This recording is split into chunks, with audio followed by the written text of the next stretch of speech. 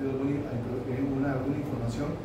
De aquí en adelante todo es entre formal e informal, que le da un toque también especial, porque así lo deseo realmente, que sea así un poco más humano desde el punto de vista de comunicación. Entonces hay un programa que ya Susan a la mano, y Susan, muchas gracias, y bueno, les cedo la palabra y muchas gracias por acompañarnos.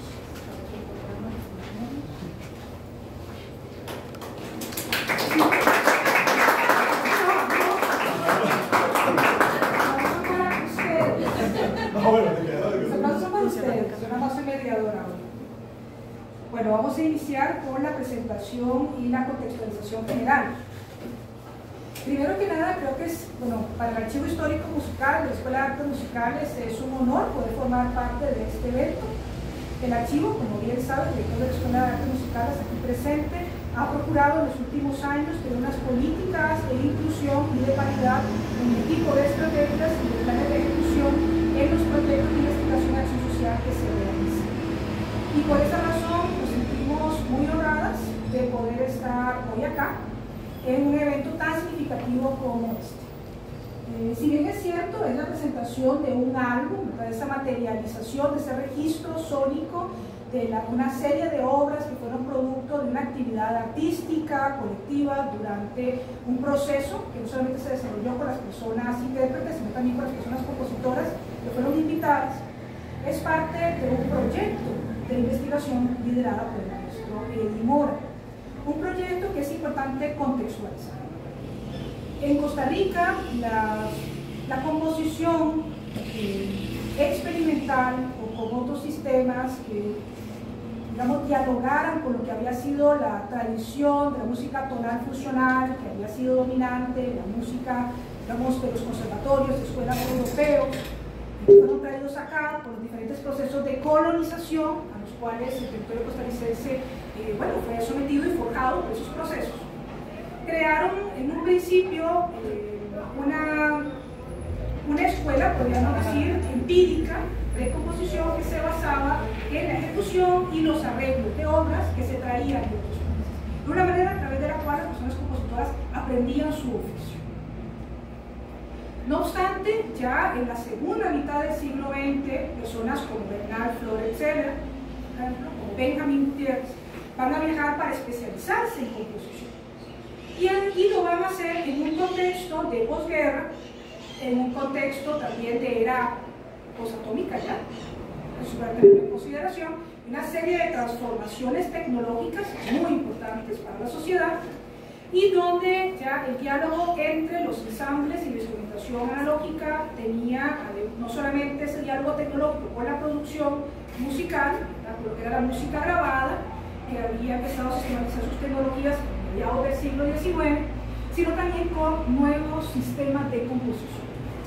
Y en ese contexto, las personas compositoras costarricenses jugaron un rol muy importante. Don Bernal es un ejemplo, pero también lo es la compositora Rocío Sanz, que desarrolló su carrera en México, pero que también presentó obras muy importantes en el contexto costarricense, obras de estética atonal. También vamos a tener propuestas muy valiosas de Ricardo Ulloa Ranchía, otro compositor también muy importante de ese momento, que aplicó el poliestilismo.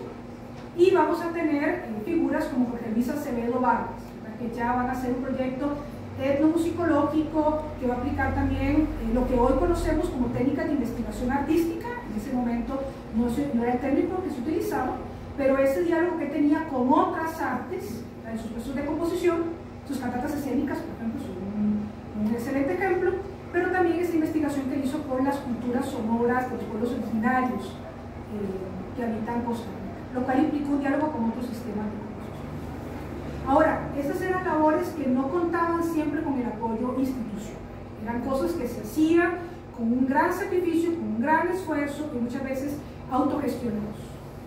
El hecho de que la Universidad de Costa Rica apoyara al maestro Eddie Mora a inicios del siglo XXI para que se realizara el seminario, para que se realizara, por ejemplo, el ensamble universitario, muy importante, para que pudieran hacerse eventos vinculados con nuevas músicas, para que se trajeran figuras representativas de la composición experimental en América Latina, como Sergio Prudencio, por ejemplo, que estuvo por acá, es muy importante. Y debemos recordar que cuando en los 90 se hacen los encuentros de compositores y compositoras centroamericanos y del Caribe, eran eventos que se organizaban con apoyo de la Asociación de Estudiantes, ¿verdad? Pero cuando empieza a aparecer el seminario de composición, es un evento donde ya se notaba una madurez académica en una universidad y un convencimiento de que tenía que haber una inversión de presupuesto público en la investigación artística a través de la composición y la interpretación de música nueva. Entonces creo que es muy pertinente el título de Sonidos Imaginados. Eso me recuerda muchísimo a la definición que John Blacking, el musicólogo, da de la música, que él nos dice es un sonido humanamente organizado, ¿no? Entonces, ¿qué sonidos humanamente estamos organizando las personas en la Costa Rica del siglo XXI? Creo que esa pregunta nos la hace el maestro Di Mora al invitar a estas personas compositoras, a estas personas intérpretes, por un trabajo de equipo, en el marco de la universidad pública, para construir ese saber sónico humanamente organizado. Así que lo celebro, el Archivo Histórico Musical lo celebra realmente, y agradecemos poder formar parte de ese significativo evento. Muchas gracias.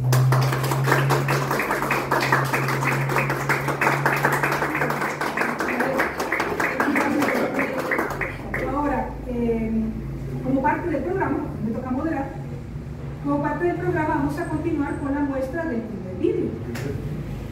Desde entonces, le pido a Lorena que nos ayude. Sí, claro. Maestros, ¿le va a presentar el primer vídeo? Sí, son videos muy cortitos, un par de videos muy cortitos que relatan un poco en imágenes el proceso que ha vivido este proyecto en la banda de San José. Son dos, duran, por si acaso, 3 o 4 minutos cada uno. Y esa sería un poco la idea para poder después iniciar una charla o una conversación en relación a los pequeños detalles que nosotros consideramos importantes de inicio. Ya ahorita hablamos de eso. Los sonidos imaginados, un proyecto que inició hace unos años, cuyo principal objetivo fue la generación de un nuevo repertorio para instrumentos musicales de viento y percusión. En esta votación contamos con obras de 5 compositores costarricenses y 2 de otros países, concretamente El Salvador. Tuve la enorme responsabilidad de coleccionar las obras y de dirigirlas, de abordarlas en el proceso musical de verdad. Y también en la selección de piezas aparece una elemento de nombre es Music for Música para Voz. Esta obra crea momentos ancestrales, nuestra tierra está ligada a esa estética, con un uso exuberante de la percusión y además de un uso muy virtuoso de los instrumentos. Hola, mi nombre es Sebastián Quesada, soy un compositor costarricense radicado en Estados Unidos. Mi obra se titula Siluetas y Castillos. La obra es para vientos, papaléctricos. Conectadas por medio de una música que está constantemente cambiando y que evoluciona.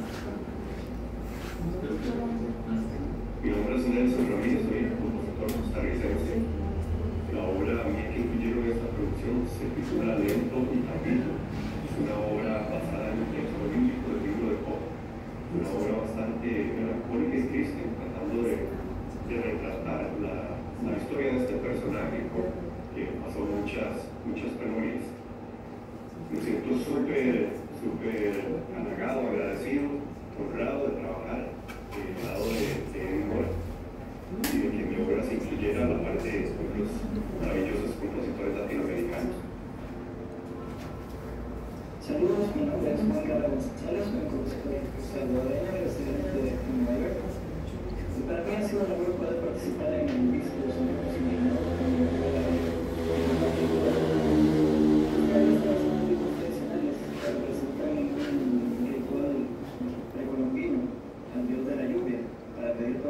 cosecha. Participar en una de más compositores, de verdad ha sido una bonita experiencia y espero que todos puedan disfrutar del disco. Soy Andrés Posada, compositor de Medellín, Colombia. Mi obra se llama Sonidos Imaginados de la Noche Oscura 2. Está basada en un poema que escribí hace varios años y básicamente es basado en los ruidos de la noche, chicharras, grillos, etc. La obra está compuesta de 3 secciones. La primera, la danza de la noche. La segunda, el relieve de las sombras. Y la tercera, hacia la luz. Mi nombre es Josué Jiménez, soy compositor costarricense. Y mi obra, la que está plasmada en el disco Sonidos Imaginados, es Gaming Times. Esta música busca plasmar lo que es la música utilizada en las plataformas clásicas del videojuego, como la Atari y Nintendo. Integra lo que son los instrumentos de viento a las melodías de los videojuegos. Además utiliza la batería y el bajo eléctrico como elementos que también me rememoran o incluyen elementos del rock progresivo. Y también se ha integrado con esto el uso de las métricas compuestas. Después de estos años de estudio y de grabación de las obras del proyecto Sonidos Imaginados, nos queda la gran experiencia de poder aportar al repertorio latinoamericano obras de alta categoría interpretadas por nuestros músicos. Esto es muy importante, ya que no solo se fortalece internamente los ensambles que participan, los compositores, los productores, sino que también tenemos algo que exportar, esa voz que debemos dar a conocer fuera de las fronteras costarricenses.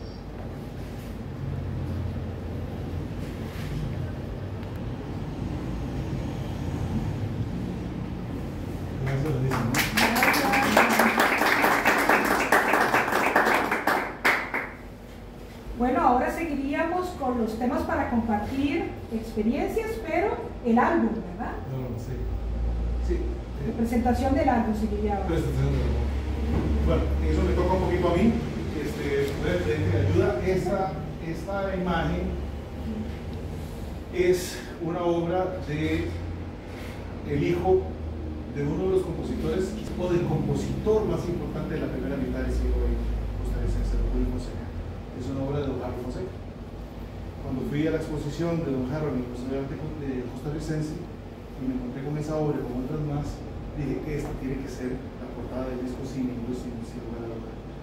Por la simbología, por la técnica de composición, la época en que se hizo, en donde los artistas plásticos costarricenses estaban también innovando en su lenguaje, en su técnica, y podemos encontrar una similitud con el primer disco de la banda que realizamos también en este proyecto, la cual me referiré después, que es de Manuel de la Cruz González. Quiere decir que las cosas que hay en común y las cosas que rodeaban en esa época a todos esos compositores, de todas esas personas creadoras. Definitivamente me parece que es muy importante hacer mención de eso y fue, digamos, como el último paso, el último eslabón en la producción, la escogencia de las obras. Quisiera pasar a la imagen que tengo de los sitios en internet donde pueden accesarse los audios. Obviamente está en el canal de YouTube del Instituto de Investigaciones en Arte, donde está, digamos, ubicado. También está en el canal de la Banda de Conciertos de San José. También lo tengo yo en mi canal personal, que se lo voy a dejar ahí. Y también están en las principales plataformas digitales, o sea que lo puede accesar prácticamente cualquier parte del mundo. Y quisiera referirme brevemente, en este caso, Sonidos Imaginados, sobre las personas compositoras que participaron y la manera en cómo se hizo este proyecto, que no fue diferente al otro ni tampoco diferente a este otro que realizamos con el ensamble contemporáneo universitario y con la banda de conciertos de Cartago. Digamos que sería entonces la tercera producción con este grupo de personas y con estos dos ensambles, pero con la banda de San José tenemos dos discos completos. Este Sonidos Imaginados, yo lo que hice fue contactar a 20 personas compositoras y proponerles el proyecto. Debo decir que me llevé muchas sorpresas. Por ejemplo, el proyecto no solo consistía en componer una obra especialmente para el proyecto. Los dos discos tienen esa característica. O sea, no es obra que está por ahí y que hay que rescatarla, por decirlo de alguna manera, escondida o faltada, o una obra de un compositor o compositora muy conocidos que tienen múltiples posibilidades, sino que fueron las personas que yo invité a participar del proyecto, eran personas que desde la óptica artística tenían la calidad en su creación y que estuvieron dispuestos a hacer una obra nueva, dándonos partitura, particelli, con un plazo de tiempo bien establecido, sin ningún coste económico. Eso no lo digo porque usualmente en el mundo normal las cosas son diferentes. Cuando usted acude a un compositor de la categoría de Andrés Posada o de las personas que han participado en costarricenses, sabemos que hay un esfuerzo enorme de trabajo, en el solo concebir la obra, y además hay una cosa que tal vez no se considera, que es la elaboración de las partichelas y las partituras, que siempre conlleva un enorme trabajo. Quizás, lo digo a título personal, lleva hasta más tiempo que la misma composición de la pieza, la elaboración de todo eso. Todas estas personas que participaron fueron las que accedieron, inclusive teníamos algunas otras opciones, pero que lamentablemente por compromisos adquiridos había que alquilar o comprar las obras, lo cual es bastante razonable, ¿no? Pero bueno, eso, digamos, a todas luces, excedía el presupuesto que teníamos para poder realizar el proyecto. Entonces, a todos ellos, a todos que van a ver después el video, yo estoy sumamente agradecido. Creo que estamos muy agradecidos los músicos también de que se dieron obras especialmente escritas, se dio nuevo repertorio, se grabó, y ahora vamos a coordinar con la profesora Susan para poder dejar todo ese material, lo que son los audios, los videos, todo el material audiovisual y todas las partituras con sus particheras en el archivo, para que eso sea producto después, o sea punto de partida para nuevas investigaciones y nuevos proyectos relacionados con esto. La generación de conocimiento, la generación de cultura. Otra cosa que me parece importante y quiero hacer mención aquí en el disco, en este álbum Sonidos Imaginados, porque solo está virtualmente, y decidimos no hacer un disco gestionar dineros porque los costos son muy onerosos y salida del presupuesto, digamos, establecido, es el proceso de grabación. En este momento, a diferencia de lo que nos contaba la profesora Susan, en la década de los 60, la década de los 70, los 80, inclusive los 90, grabar un disco compacto o grabar un álbum era prácticamente inimaginable, no había manera de hacerlo, era altamente oneroso y se necesitaba gente muy especializada y sobre todo equipo. Ahora, hoy, siglo XXI, del año 2023, desde hace ya más de 20 años, quizás unos 25, Costa Rica ha venido creciendo muchísimo en ese campo y tenemos ahora especialistas en el campo, como en este caso fue el maestro Felipe Fernández. Que también participó como músico, que también formó parte del proyecto, además fue el encargado de grabar el disco en su totalidad, el álbum en su totalidad. Yo debo decir que ningún panadero dice que su pan es malo, pero de alguna manera pienso que la calidad de grabación y la calidad de la ejecución, a la cual me voy a referir en pocos segundos, corresponde a la calidad costarricense musical. Realmente creo que es un producto, si podemos llamarlo de esa manera, cultural competitivo, no solo por las composiciones, sino por la ejecución y la grabación. Y eso es fácilmente demostrable cuando usted muestra un trabajo así fuera de Costa Rica en niveles más competitivos, como puede ser México, Estados Unidos, algunos países europeos, y muestra usted las grabaciones y las interpretaciones. Por lo general siempre recibimos buenos comentarios, siendo modesto, ¿verdad? Buenos comentarios, y que nos inspiran a seguir labrando este camino que resulta indispensable para la vida musical saludable, por decirlo de esa manera, de la música en nuestro país. Ahora me voy a referir brevemente, antes de ya terminar esta sección, relación a la banda de conciertos de San José. La banda de conciertos de San José es una de las principales instituciones históricas del país, quizás la más antigua, o de las más antiguas. Está en duda todavía la fecha de cuándo inició la Dirección General de Bandas, porque pueden ser muchos siglos atrás o puede ser muchas décadas. Sin embargo, es la institución más longeva del país desde el punto de vista musical, por lo menos tenemos referencia. Yo me siento muy orgulloso de haber realizado con la banda de San José múltiples proyectos sumamente ambiciosos que los han sacado, digamos, pienso yo, la mayor virtud que ha sido la enorme paciencia que han tenido para poder realizarlos, como la consagración de la primavera y otras obras de alto nivel de ejecución que logramos hacerlo. Pero bueno, en el caso concreto de las grabaciones, fue un proceso muy interesante. Siempre hubo colaboración de parte de los músicos, de parte de la institución. El maestro Juan, que quiero enviar un saludo, porque agradecerle toda la disponibilidad que tuvo. Siempre hubo tiempo para ensayar, hubo tiempo para grabar, hubo tiempo para hacer todas las indicaciones que fueran necesarias. También quiero agradecer a la Escuela de Artes Musicales, porque esto no hubiera sido posible sin la autorización de la Escuela de Música y sin el apoyo, por supuesto, del IATE, que fue, digamos, el epicentro donde nació el proyecto. La música es de alto nivel técnico y eso demandó ensayos, demandó sesiones de grabación.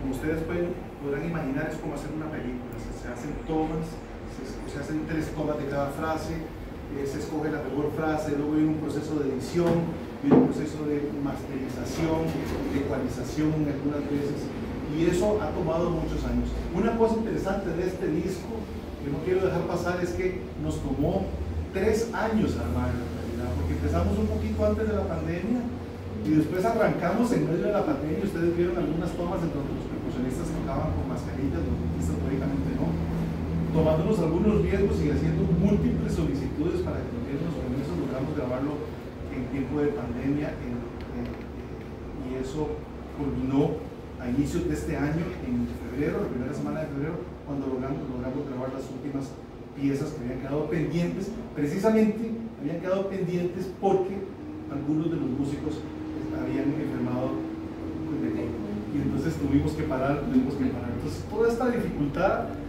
lo que hizo fue más bien darnos más fuerza para terminar el proyecto. De ahí que creo necesario reconocer todo ese esfuerzo de parte de los colegas, de parte de Josué, por supuesto, que siempre estuvo al tanto, de Magda, de Natalia, de Carlín, de Luis Álvaro y toda la gente que está aquí en la presentación de la banda, que realmente siempre fue Natalia era invitada, por cierto, Natalia lo hizo completamente como invitada. Luego nosotros participamos en un comité bastante simpático para hacer todos los detalles de la mezcla y escoger el orden de las obras, y siempre estuvimos en movimiento, y eso realmente a mí me gusta mucho porque es un trabajo en equipo. Es una cosa que, si bien es cierto, requiere un proyecto de cierto tipo de liderazgo, de todas maneras es una cosa que se tiene que hacer en equipo, con la anuencia y con la sinergia de muchas instituciones. Ninguna institución casi en el país que no sea muy poderosa puede asumir tanta responsabilidad. En este caso, transversalmente se dieron estas condiciones que permitieron la producción durante muchos años dentro del seminario de varios discos. 2 con la banda de San José, 1 con la banda de Cartago y otros más que hicimos con el coro de la Universidad Nacional, otro que hicimos con ensambles de música de cámara de la Escuela de Artes Musicales y otro que hicimos con la Sinfónica de Heredia. Entonces, en ese proyecto, en estos 22 años que estoy cerrando ya de existencia, ese proyecto quizás más viejo o más antiguo del IARTE, es tan antiguo que es más antiguo que el propio IARTE. Entonces, de alguna manera me siento muy contento de poder cerrar este ciclo y poder invitar a las nuevas generaciones a que retomen este tipo de actividades, porque esto tiene que continuar, esto no puede parar, y ahora que tenemos todas las herramientas para resguardar y para poder tener esos focos de información y poder seguir generando conocimiento, seguir generando cultura. Así que muchísimas gracias a todos. Esa es la breve explicación sobre el proceso que hemos tenido en relación a este disco. Nada más quisiera, podemos pasar antes del video oficial los sitios web. Ya los pasamos, ¿verdad? Sí, ya los pasamos. Entonces están cordialmente invitados para que los visiten y son completamente libres. suena muy bien en todas las plataformas. Tenemos esta producción musical participando en concursos internacionales y estamos tratando de exportar esto en lo cual el país ha invertido en tantísimas décadas, que es en la música. El país no ha tenido reparo, a pesar de las dificultades, en invertir en la música. Y eso se demuestra fácilmente con la cantidad de músicos profesionales que tenemos en el país. No hablo solamente de los compositores y compositoras, hablo de los intérpretes, de las personas intérpretes, hablo de la cantidad de gente que participa en este tipo y la calidad de formación que tienen. Muchos formados en Costa Rica, otros formados afuera, que buscan una participación en Costa Rica. Así que estamos en una época, a pesar de las dificultades que podamos tener, estamos pasando por un buen momento. Tenemos a nuevas generaciones muy bien preparadas. Yo, que soy docente de la Universidad de Costa Rica, de la Escuela de Música, acabo de venir de clases de música de cámara y de unos exámenes que hicimos en la semana universitaria, pero digamos, aquí estamos camuflando algunas cosas. Y el nivel ha subido mucho, viene una trepada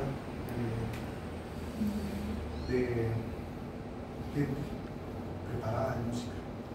Y eso me alegra mucho. Cuando en la época de los 80, de los 90, teníamos escasez de músicos y no estaba todo tan organizado como lo tenemos ahora. Así que entre más se abran las puertas, entre más exista una agenda común, entre más colaboremos entre las instituciones, será más fácil. Ese sería, digamos, el siguiente, para seguir el siguiente paso, que consiste posiblemente, no sé, ahora continúa la parte de compartir experiencias. Gracias. Gracias por la atención. Los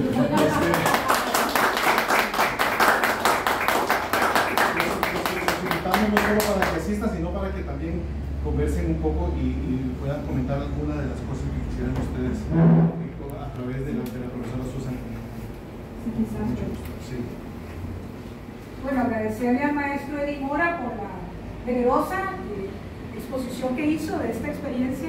Sin duda tuve la oportunidad de escuchar el álbum y realmente es fabuloso, realmente fabulosa la producción. Y es cierto ese lenguaje con las artes, en este caso digamos con el abstraccionismo geométrico, ¿verdad? Es muy interesante este diálogo, poder darnos cuenta de cómo las artes en Costa Rica, en la segunda mitad del siglo XX, tenían este tipo de diálogo con las artes experimentales a nivel internacional, ¿no? Y sí me parece que eso es fundamental, porque algo que en el archivo hemos procurado subrayar muchísimo es el valor de la memoria para construir el desarrollo de la nación. Y ahí la construcción cultural es fundamental. O sea, ¿qué es lo que hacen los pueblos que quieren colonizar a otro? Destruir sus archivos. Es algo que siempre subrayamos. Y recuerdo muy bien unas palabras de Ernesto cuando celebramos el 30 aniversario, que él decía que el archivo es nuestro, es decir, de todos y todas las costarricenses. Y igual sucede con este tipo de producciones. En el caso de las bandas, creo que también es importante, bueno, celebrar que ahora han recibido el emeritazgo, ¿verdad? Eso también era fundamental. Y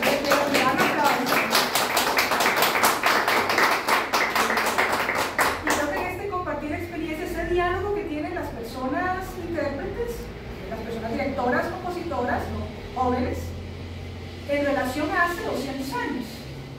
Porque tenemos que recordar que la institución más antigua son las instituciones de las bandas. Entonces, como las personas compositoras en el siglo XIX eran directores de bandas, eran instrumentistas de bandas.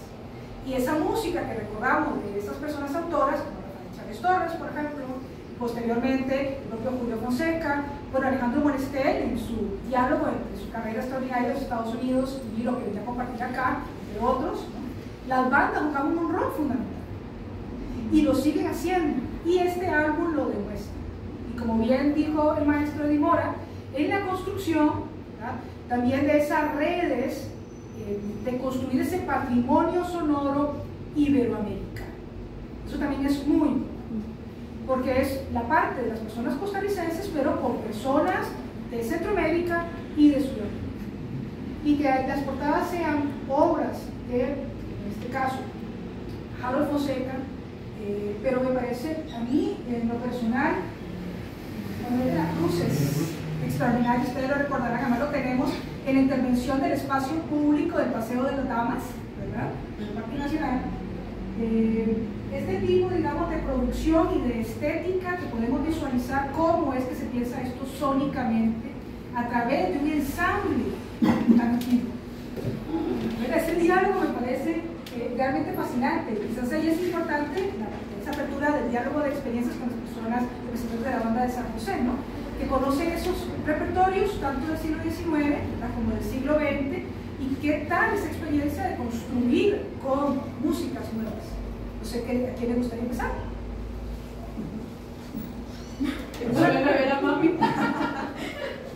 Bueno, yo quisiera primero que todo agradecer. Bueno, creo que soy la más antigua en la banda. Ya tengo 36 años. Tal vez hace unos 34 años se hizo un disco grabando los himnos nacionales. Y por eso es que yo quisiera agradecer porque un trabajo como este, en el que tenemos el honor de trabajar con el maestro Eddie, que particularmente me gusta muchísimo cómo él trabaja y todo lo que él hace. Es una manera también de visualizar las bandas a nivel nacional, a nivel internacional, y la gente pues muchas veces piensa que solo la Sinfónica Nacional, ¿verdad? No, tenemos muchos grupos, la Orquesta de Heredia, tenemos ahora todas las bandas también, ¿verdad? Entonces a mí me parece que eso es muy importante.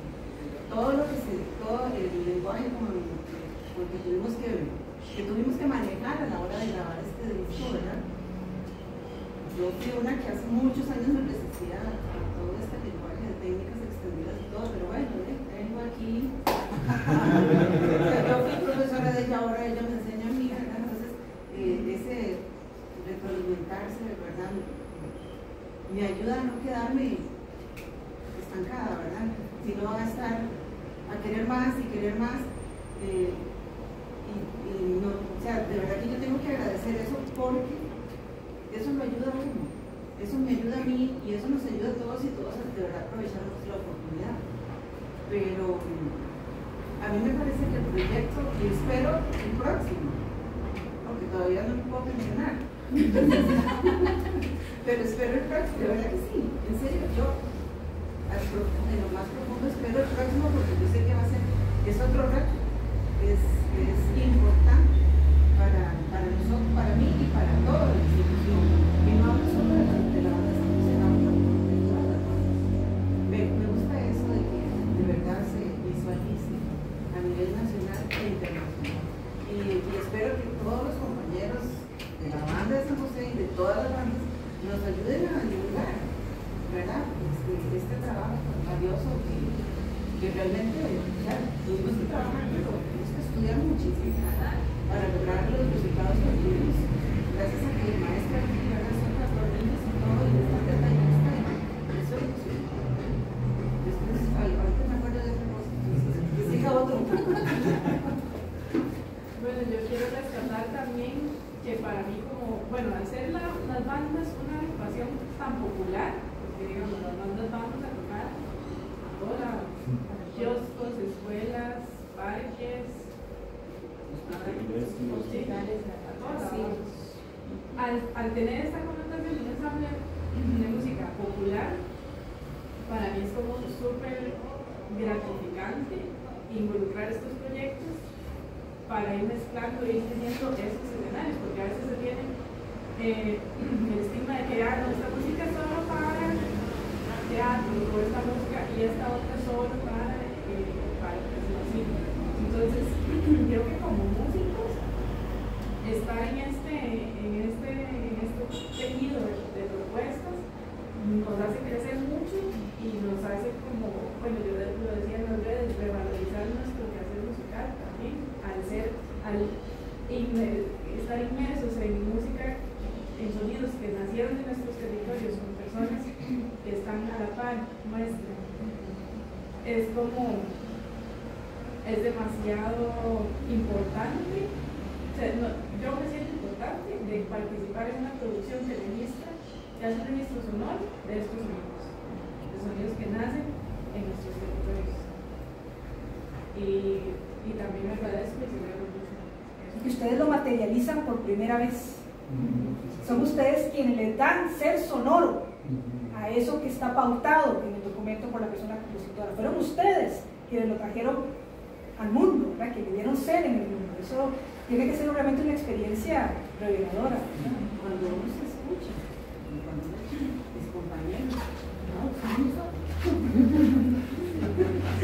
Es que es diferente tocar una obra del core repertoire, ¿verdad? Que está allí, que hay muchas versiones, que se ha escrito mucho sobre ella, contrastar esa labor crítica de la persona intérprete y de la persona directora a la hora de estudiar el repertorio y las múltiples revisiones o construcciones de conocimiento que hay acerca de esto, ¿verdad? Como decía Daniel Barenboim, en qué medida la forma también es construida a través de la emoción encarnada del intérprete, ¿no? Pero cuando la obra no se ha interpretado nunca, en la primera vez, ¿no? Sí creo que tiene que ser el rol, ¿verdad? Que ustedes jugaron allí, fueron quienes construyeron esos sonidos que habían sido imaginados. Bueno, me parece que fue realmente un aporte fantástico. Y bueno, Luis Álvaro, ¿qué quieres aportar tú? Bueno, buenas tardes a todos. Yo pienso que aquí hay como diferentes elementos que se pueden apropiar para la explicación. El primero yo creo que es siempre ser agradecido, y en este caso la banda es del Ministerio de Cultura, que a su vez pertenece al Estado, que a su vez pertenece a todo eso, y yo pienso que hay que también externarlo porque fueron horas de nuestro trabajo que se nos remunera, ¿verdad? Y que está para el servicio de la misma nación y que viene para nosotros y para exportarlo. Eso es importante. Por otro lado, la creación del disco tiene muchos caminos recorridos. Por ejemplo, yo hasta hoy conozco por medio del video a algunos compositores, ¿verdad? Están vivos. Y eso es muy importante para nosotros porque la pieza fue una creación en lo inmediato, desde un punto de vista que aunque ellos estaban lejos, la retroalimentación hacía que fuera inmediatez del otro ensayo, y eso fue importante porque hizo que la obra no solamente fuera lo que ellos pensaron, sino que también trascendió más allá de lo que nosotros pudimos aportar a la obra que él ideó en una sola partitura. Porque para anécdotas bastantes, ¿cómo hago esto? ¿Cómo que este armónico que me está pidiendo? ¿Cómo? Pero no, resolvamos aquí o cambiemos esto y yo no sé si le va a gustar, no le digamos, perfecto. Y todo eso hace que es un proceso de creación donde el ADN no es único, esto es un ADN que se diluye con un montón creativo, es co-creativo. Exactamente, y esto es importante en este tipo de obras porque no termina siendo una estructura muy rígida, sino que es eso que a la hora de escucharla también es el resultado de ese la gente no lo sabe, pero sí lo va a escuchar, y eso es importante. Que por ejemplo, que es muy diferente grabar en un estudio donde usted tiene bastantes oportunidades de volver a grabar, y digamos que aquí hay, que lo que está ahí es la muestra de una ejecución que no se volverá a hacer nunca más, digamos, era el momento, así sonó y eso era lo que teníamos. Y también es importante como el desarrollo musical o de la parte interpretativa de nosotros como músicos, ¿verdad? Eso quiere decir que teníamos que estar preparados, que teníamos que estudiar, no digo porque no lo hagamos en otras situaciones, sino porque realmente este tipo de trabajo inspira a que uno puede generalmente dar más, o que ese estado de confort en el cual muchas instituciones entramos es el resultado que obtenemos de lo que hacemos, y este es también lo enfoco desde ese punto de vista. Y para terminar, es interesante todo lo que no se ve detrás de un resultado como este, que es, yo lo visualizo que es estripando un botón y escuchando. Y esto es la gran cantidad de horas de un montaje de equipo, de estudio personal, de estudio colectivo, de estudio de las obras. Yo, una partitura, por ejemplo, de una obra en particular, ya yo no tenía más tinta en el iPad para, ¿verdad? O sea, ya la partitura no la entendía, del montón de anotaciones que tenía que hacer, desde la perspectiva de la grabación, y después de la perspectiva de todo lo que la gente no sabe, que es ya darle forma al disco, que es sentarse, ¿verdad? Escuchar qué se corrige, toda esta parte que es la parte de estudio de horas desde esa obra tan delicada, que siempre le toca a alguien, ¿verdad? Y de una u otra forma, más feliz me siento porque me tomaron en cuenta para hacer ciertas cosas o ciertas actuaciones que no solamente me ayuda desde el punto de vista musical e interpretativo, sino desde esa parte de la edición, que es un mundo aparte y que también, lástima que no está, y felicitar a Felipe por todo su trabajo y que le deseo lo mejor, que es una persona joven que está dejando huella y huella fuerte, y innovando también en ese aspecto de la grabación, que es, para que quede también bien claro, que es una grabación en vivo, ¿verdad? Es el momento de varios músicos actuando en el momento, y eso es lo que quedó. Esa es una característica de este disco, ¿verdad? Y por lo demás, agradecer al profesor y a todas las instituciones, y que de parte de la banda San José siempre estamos anuente a este y a otros proyectos que obviamente magnifican y engrandecen el aporte musical grandioso que hay en este país, y que debemos sostenerlo, y que debemos ser muy, no sé, debemos jugar de vivos en ese sentido, porque muchas veces nos minimizamos, y eso se muestra con el resultado de cosas que a veces obtenemos de lo mismo que queremos hacer. Tenemos que cambiar ese pensamiento. Muchísimas gracias, Lizardo. Y sí creo que es importante rescatar esto, ¿verdad? Que es un proyecto que se hace entre la universidad pública y el Ministerio de Cultura, ¿verdad? Que se hace, y no recuerdo una vez más el discurso de Ernesto, ¿verdad? Con el apoyo de las personas contribuyentes. Es un servicio público que damos. Es un apoyo que estamos dando, un trabajo que estamos realizando a la construcción cultural de nuestra nación, pero que se sustenta en el aporte de todas las personas costarricenses que hacen posible nuestra labor. Entonces creo que también es importante esta parte del servicio público que tú has subrayado, ¿no? Como que hacer esta construcción cultural es también un servicio público. Me parece que eso es importante. Y ahora devolvérselo a la comunidad, que la comunidad lo pueda escuchar, que lo pueda conocer, y ojalá abrir foros, ¿verdad? Instituciones educativas alrededor de las bandas, de la música para bandas compuesta por personas en Costa Rica, y la propia transformación, ¿verdad?, de nuestras culturas sónicas a través de los ensambles de bandas. Creo que eso es un legado importante. Natalia y luego Josué. Sí, tú también. Bueno, como todo el mundo ha empezado, muchísimas gracias, porque yo como colaboradora, yo vine aquí nada, a mí me invitaron y como en el primer disco que se hizo de la banda San José, igualmente me llamaron, ¿eso puede venir, Natalia? Yo dije, sí, está bien, particularmente, sí. Para mí es un honor participar en un ensamble donde me vieron crecer, porque yo crecí ahí, había cosas así, es que soy muy llorona, porque a mí me tocó, y para mí es un sueño saber que voy a hacer música en la última etapa de mi mamá, en la banda. Y me acuerdo chiquitita cuando estaba yo dibujando unos pies de mi mamá en la banda, y ahora ver que estoy dentro de esas huellas, ¿verdad? Porque es una huella que estamos dejando, y saber que estoy ahí, que está ahí, el nombre de Natalia Sencilla, es un honor, porque lo que cualquier ser humano le gustaría es de contar en lo que sea. Y para mí es un honor que siempre canten conmigo, porque estaban todos los proyectos del maestro Ed, igual en la de banda del Cartago también estoy, y no, nada más puedo agregar eso.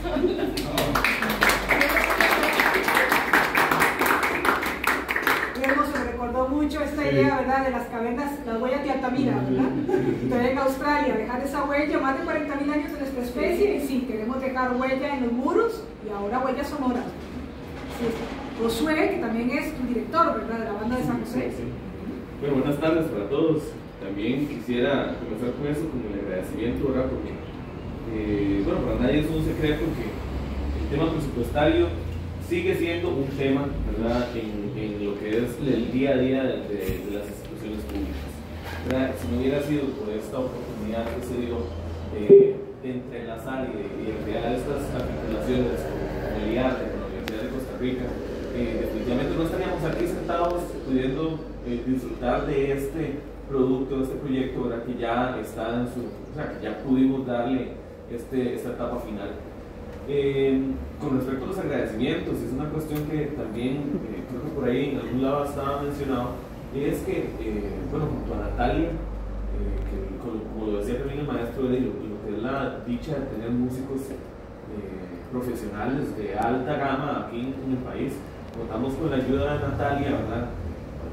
Para mí es colega también en la orquesta Heredia, y saber que uno puede eso, levantar el teléfono, Nati, auxilio, eso, ocupamos que nos ayude por X o Y, como ya comentaba el maestro, hubo gente con COVID, hubo gente que estaba incapacitada por otras situaciones, ¿verdad? Y ven, también uno no puede nada más ponerle el candado al proyecto y nos vemos que no se pueda. La solución debe continuar, ¿verdad? Y así como Natalia, tuvimos la colaboración así inmediata de lo que fue César Fumero, que es el trombonista bajo de la Orquesta Sinfónica Nacional, que también nos salvó la tanda de una semana para otra por una situación también con otro compañero, y también con Marco Vargas, que es colega de la banda de conciertos de Heredia. Lo mismo, llamar a Andrés Porras, quien es el director actual de la banda de Heredia, y decirle, maestro, tenemos esta situación con una parte de trombón, ¿será que usted nos puede prestar a Marco estos días para que sea allí que grabe? Sí, listo, lo sé, dele. Entonces eso es una dicha, ¿verdad? Que existen esas posibilidades, ¿verdad? Porque solidaridad. Exactamente. Entonces, sí es muy importante esa situación de lo que ha sido también la dicha de contar con esas colaboraciones institucionales y personales. Otro punto importante que el maestro lo comentaba fue la propuesta que hace el maestro en una situación tan compleja, histórica, que fue la pandemia. La banda de San José venía en ese momento, ¿verdad? Con los recursos que se tenía, con la colaboración de compañeros de la banda que tienen su equipo, sus recursos para crear material audiovisual, y estábamos haciendo las cositas, y en eso apareció el maestro de Mora con esta idea: hagamos este proyecto, así hacemos, ¿usted qué piensa? Y yo, bueno, voy a hablar con el maestro Juan Baiza, luz verde, echemos para adelante. Y lo otro fue que, bueno, ocupamos música nueva. Yo me hago una pieza y déjenme escribir, y empezó ahí, bueno, aquí ya tengo una, tengo dos, ya, bueno, y la mía tres, le damos, pongámosle fecha, cayeron las piezas y ya con la fecha, y ya mándele nada más a los compañeros para que estudien. Todo en ese proceso tan difícil, no tanto en la cuestión social como en la cuestión psicológica que todos sufrimos en ese momento, de estar metidos en la casa. Y realmente fue ahí esa situación del 2021 donde ya se dio la primera sesión de grabación, y fue donde arrancamos, ¿verdad? Como dice uno, tal vez no es el dicho apropiado, pero el abogado del sombrero en ese momento, que nos dio más bien una oportunidad de catapultar esa propuesta inicial del maestro Eddie y llevarlo a este proyecto. Y la cuestión final para mí es que esta grabación es reivindicar que, aunque la banda, en el caso de la banda de San José, y meto a todas las bandas en este comentario, es que sea una institución tan antigua, de pronto ya se queda como que ya las bandas de concierto de Costa Rica ahí están, tocan sus concierticos, como lo comentaba acá, y pues sí, en la iglesia esta semana y en el parque la otra, van a tocar unos concierticos didácticos, pero creo que esto reivindica que las bandas de concierto están a nivel para estar trabajando música contemporánea de alta ejecución y sacar un producto de muy buen producto final, ¿verdad? Que no es solamente que los pasodobles o que la música de películas o los arreglitos, ¿verdad?, para música infantil, sino que se puede también cambiar la óptica y trabajar música de alto nivel, siendo una ventana para que Costa Rica siga siendo una punta de lanza en lo que es la creación musical y la producción musical. Muy importante subrayar eso, y bueno, aprovechando que está el señor Decano aquí,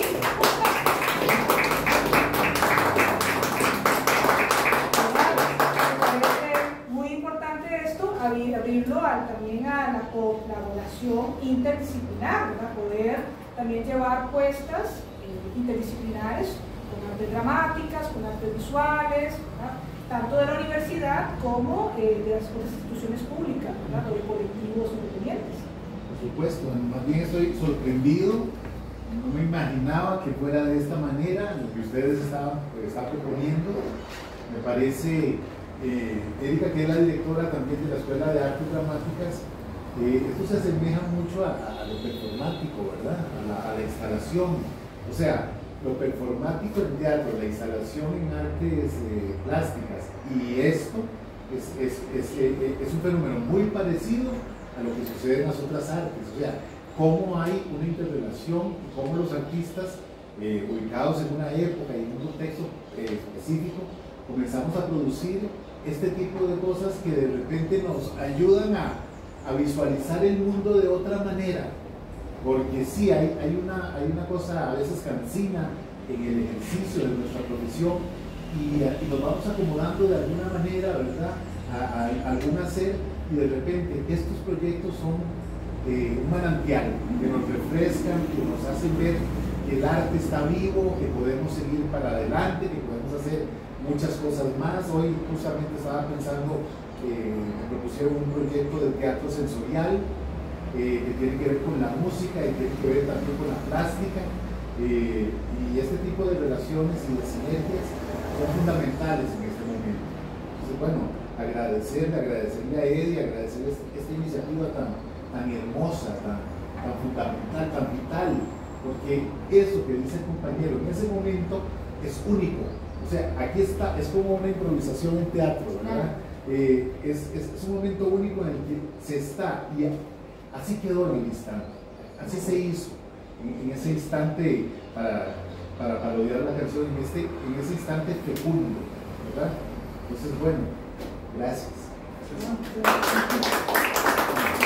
Para concluir, antes de que vayamos a ver el video número 2, me gustaría darle unas palabras al director de la Escuela de Artes Musicales, Ernesto. Buenas tardes. No, básicamente, después de escuchar todas las intervenciones, básicamente quiero felicitar. Sabemos muy bien las dificultades que se tienen cuando uno aborda proyectos como estos, y más aún con todo esto que me contaron, pues todo lo que se unió de camino, ¿verdad?, en la propuesta y en el programa, la pandemia y demás. Y pues nada más decirles felicitarlos a todos los que participaron y que se repita. Se repita, que haya una próxima vez y poder seguir aportando de esta forma al arte, a la cultura y a la felicidades.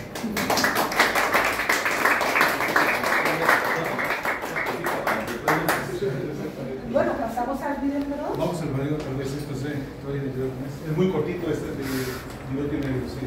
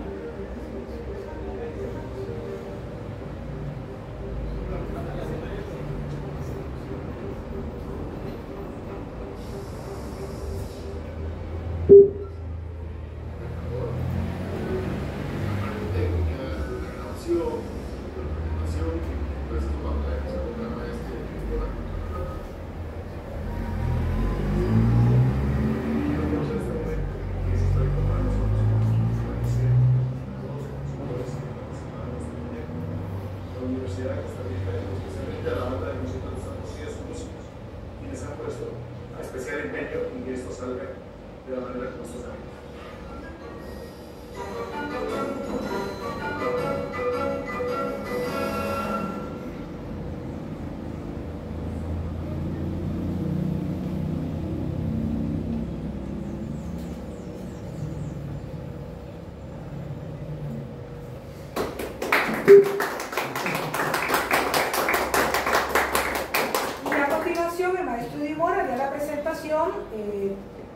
Con los resultados conclusivos del proyecto que ha estado desarrollando en el IARTE durante más de 20 años, 22 años en total, prácticamente abriendo, ¿verdad?, como usted dice, lo que ahora es el Instituto de Investigaciones en Arte, y lo que fue el ensamble contemporáneo universitario.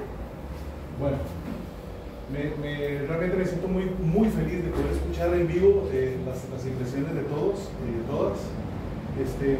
Es algo que en el trajín de las grabaciones nunca tiene uno tiempo de estar compartiendo momentos como este, ¿verdad?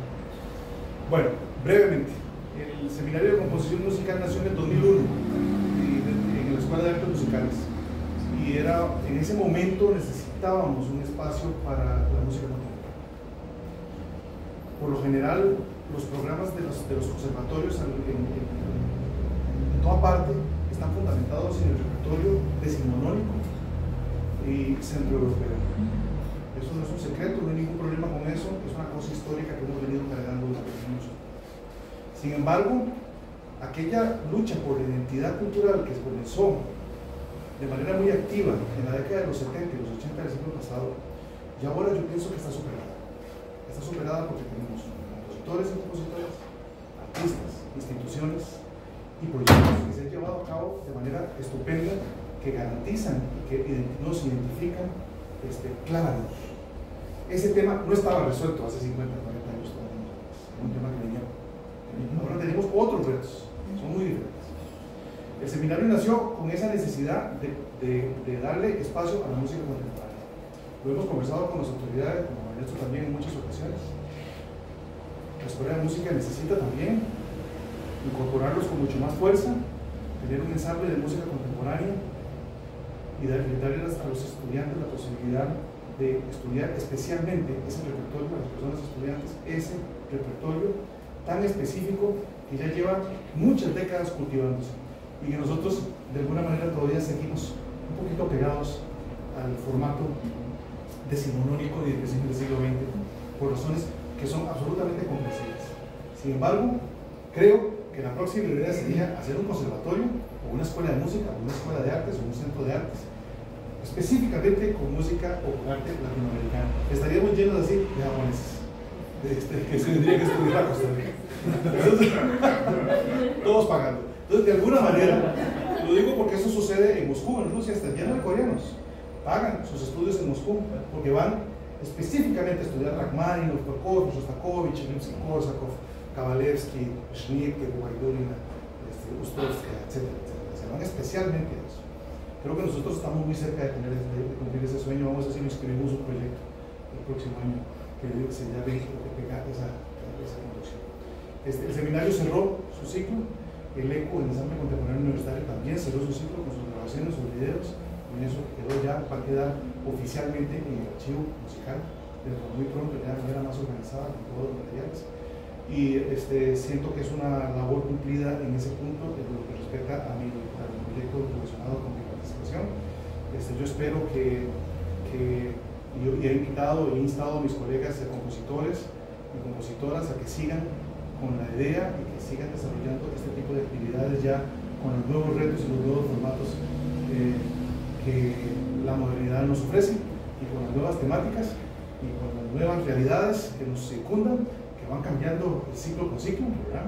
Yo siempre digo que aparentemente pareciera ser que hay una sola realidad que se reviste de diferentes ideologías a lo largo de los tiempos y van cambiando, van evolucionando de una cosa a otra. Eso lo hablábamos en precisamente en el curso de música.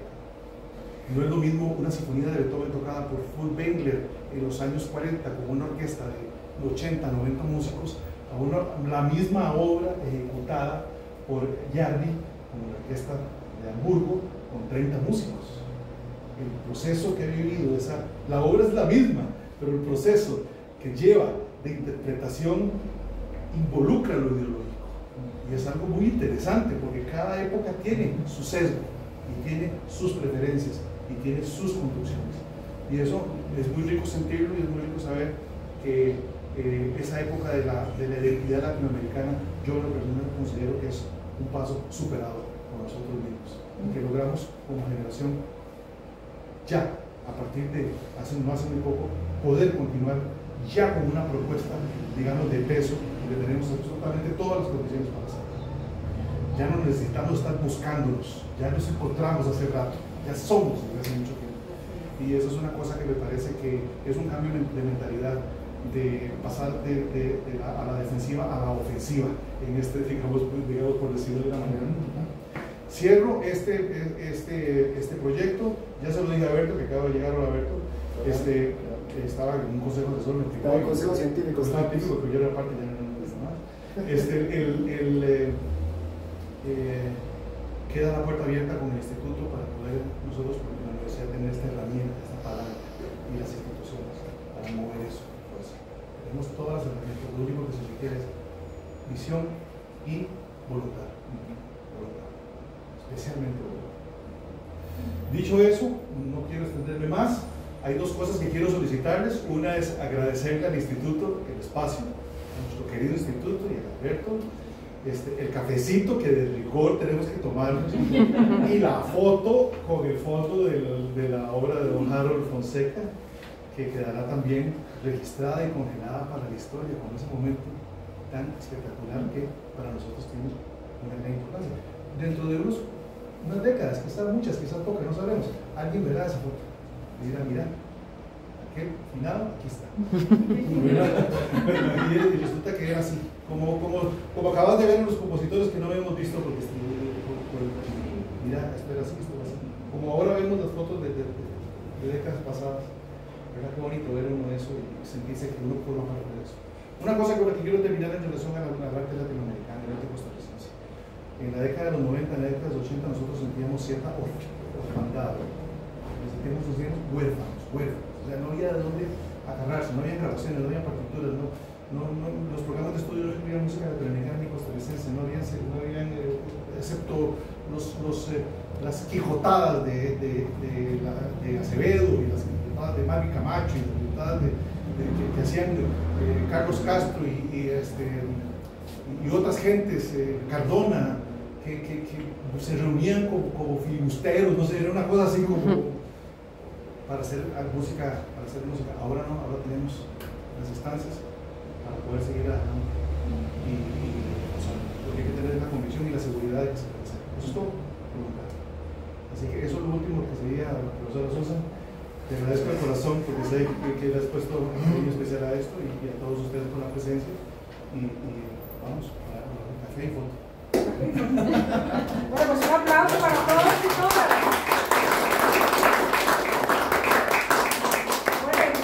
El maestro ya ha pedido unas palabras finales, pero yo creo que mejores palabras finales que las que él ha dado, pues no pueden haber. Esa invitación, ¿verdad? Esa invitación a darnos cuenta que somos desde hace mucho tiempo. Me quedo con esa frase. Somos desde hace mucho tiempo.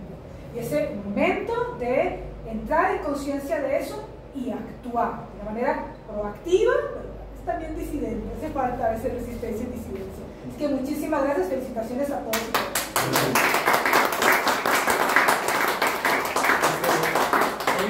Me ayuda y ponemos la imagen. Foto. Para que quede la imagen, estamos todos. ¿Verdad? Fantástico. ¿Cómo va a ser la foto, Larisa? Lara,